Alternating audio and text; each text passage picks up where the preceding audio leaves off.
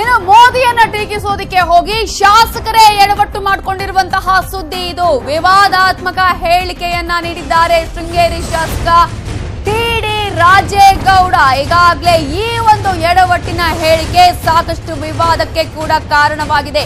ವಿವಾದಾತ್ಮಕ ಹೇಳಿಕೆಯಾಗಿ ಇದು ಪರಿವರ್ತನೆ ಕೂಡ ಆಗಿದೆ. ಶೃಂಗೇರಿ ಶಾಸಕ ಟಿಡಿ ರಾಜೇಗೌಡ ಎಡವಟ್ಟನ್ನ ಮಾಡಿಕೊಂಡಿದ್ದಾರೆ. ಅದರಲ್ಲೂ ನಾವು ಗಮನಿಸ್ತಾ ಇದ್ದೀವಿ, ಪಾಕ್ ಪ್ರಧಾನಿಯನ್ನ ಹೊಗಳಿದ್ದಾರೆ ಕಾಂಗ್ರೆಸ್ನ ಶಾಸಕ.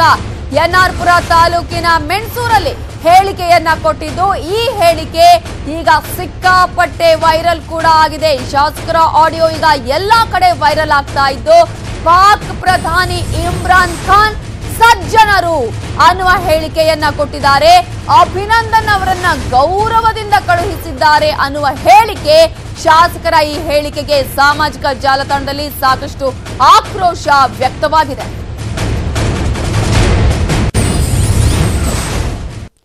ಈಗಾಗಲೇ ಮೋದಿಯ ಬಗ್ಗೆ ಟೀಕೆ ಮಾಡೋದಕ್ಕೆ ಹೋಗಿ ಎಡವಟ್ಟನ್ನ ಮಾಡಿಕೊಂಡಿದ್ದಾರೆ ಶೃಂಗೇರಿ ಶಾಸಕ ರಾಜೇಗೌಡ. ಇಮ್ರಾನ್ ಖಾನ್ ಸಜ್ಜನರು ಅಭಿನಂದನ್ ಅವರನ್ನ ಸಜ್ಜನ ಪೂರ್ವಕವಾಗಿ ಅವರನ್ನ ಕಳುಹಿಸಿಕೊಟ್ಟಿದ್ದಾರೆ ಅಂತ ಹೇಳೋದಕ್ಕೆ ಹೋಗಿ ಈ ಕೊಟ್ಟಿರುವಂತಹ ಹೇಳಿಕೆ ಸಾಕಷ್ಟು ವೈರಲ್ಗೆ ಕೂಡ ಕಾರಣವಾಗಿದೆ.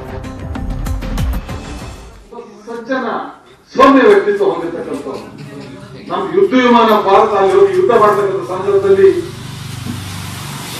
ಅದು ಪತನಾಗಿ ಪೈಲಟ್ ಕೆಳಗಿದ್ದ ನಮ್ಮ ದೇಶಕ್ಕೆ ವಾಪಸ್ ಗೌರವ ಕಳಿಸ್ಕೊಡ್ತಾರೆ ಅಂತಂದ್ರೆ ಅದು ಸೌಜನ್ಯ. ಭಯ ಇದ್ದಿದ್ರೆ ನಿಮ್ ಪಾರ್ಲಿಮೆಂಟ್ ಇಂದ ಗುಂಡು ಹೊಡೆದು ನೀವು ಅಧಿಕಾರದಲ್ಲಿ ಗುಂಡು ಹೊಡೆದು ಸೈನಿಕರು. ನೀವು ಅಧಿಕಾರದಿಂದ ಉಗ್ರಗಾಮಿಗೆ ತಡ ಕಂದ ಹಾಕಿ ವಿಮಾನದಲ್ಲಿ ಬಿಟ್ಟು ಬಂದ್ರಿ. ಅಕ್ಷರಧಾಮಕ್ಕೆ ದಾಳಿ ಆಯ್ತು ನೀವಿದ್ದಾಗ, ಪಾರ್ಲಿಮೆಂಟ್ ಮೇಲೆ ದಾಳಿ ಆಯ್ತು ನೀವಿದ್ದಾಗ, ಪಠಾನ್ಕೋಟ್ ಯುದ್ಧ ತರಬೇತಿ ಶಿಬಿರದ ಮೇಲೆ ದಾಳಿ ಆಯ್ತು ನೀವಿದ್ದಾಗ. ಆವಾಗ ಎಲ್ಲತ್ತು ನಿಮ್ಮ ಪೌರುಷ, ನಿಮ್ಮ 58 ಅಧಿಕಾರಕ್ಕೆ.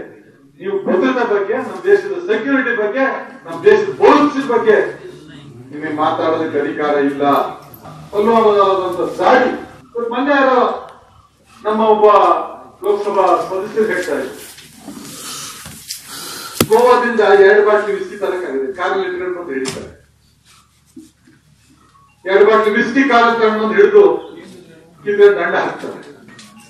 350 ಕೆಜಿ RDX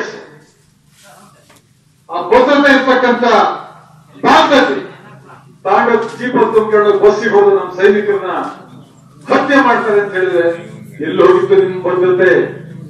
ಎಲ್ಲೋಗಿತ್ತು 56 ಇಂಚಿನ ಎದೆ? ಎಲ್ಲೋಗಿತ್ತು ಮೋದಿಯ ಶೌರ್ಯ ಅಂತಕ್ಕಂಥ ಪ್ರಶ್ನೆಯನ್ನು ನಾವು ಕೇಳಕ್ಕೆ ಬೇಡ. ಪುಲ್ವಾಮಾ ದಾಳಿ ಬಗ್ಗೆ ನಾವು ಮಾತಾಡೋಕೆ ಬೇಡ. ಸರ್ಜಿಕಲ್ ಸ್ಟ್ರೈಕ್ ಬಗ್ಗೆ ಮಾಡಿ ಟಿವಿ 24x7 ಅಂದ್ರೆ 24 ಗಂಟೆ 7 ದಿನ 24x7 ತೋರಿಸಿ ಪಾಕಿಸ್ತಾನಕ್ಕೆ ಬೇಡ ಅಂತ ತೋರಿಸೋದನ್ನು ಬಿಟ್ರೆ, ಮೋದಿ ನೋಡಿದ್ರೆ ಪಾಕಿಸ್ತಾನ ಹೆದರುತ್ತೆ ಅಂತ. ಮೋದಿ ನಿಮ್ಮನ್ನು ನೋಡಿದ್ರಲ್ಲ, ನಮ್ಮ ಸೈನಿಕರನ್ನ, ನಮ್ಮ ದೇಶದ ಜನರನ್ನ, ನಮ್ಮ ದೇಶದಲ್ಲಿ ಇರ್ತಕ್ಕಂಥ ಭಾವನೆಗೆ ಬೇರೆ ದೇಶದಲ್ಲಿ ಬೆಲೆ ಕೊಡ್ತಾರೆ.